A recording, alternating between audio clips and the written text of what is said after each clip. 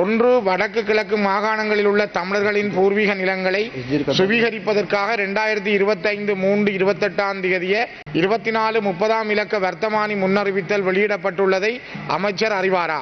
இரண்டாவது கேள்வி, மேற்குறித்த வர்த்தமானி அறிவித்தல் மூலம் கோரப்பட்டுள்ள காணிகள் என்ன தேவைக்காக கோரப்பட்டுள்ளன என்பதையும் 5700 ஏக்கர் வரையான காணிகளை அவசரமாக சுவீகரிப்பதற்கான காரணம் என்ன என்பதையும் அமைச்சர் இச்சபைக்கு அறிவிப்பாரா?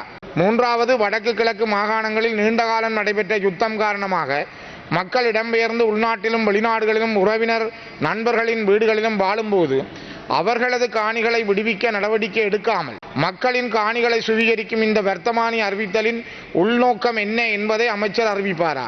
நாலாவது, தமிழ் மக்கள் மீது மேற்கொள்ளப்பட்ட நீண்டகால யுத்தம் காரணமாக அவர்களது காணி ஆவணங்கள் தவறிடப்பட்டுள்ளதாக மாவட்ட செயலகங்கள் தெரிவிக்கும் நிலையில் இப்புதிய வர்த்தமானி அறிவித்தல் மூலம் காணி உரிமையை உறுதிப்படுத்துமாறு எவ்வாறு கோர முடியும் என்பதை அமைச்சர் இந்த உயரிய சபைக்கு அறிவிப்பாரா?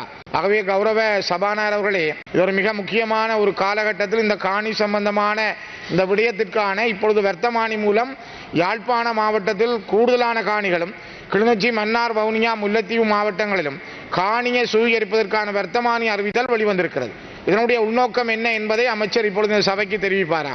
සියත දෙක ප්‍රශ්නයට ගරුව ශ්‍රීධරන් මන්ත්‍රීතුමා කෘෂිකර්ම මැතිතුමා දැනුම් දීලා තිබෙනවා සතියක් කල් ඉල්ලනවා කියලා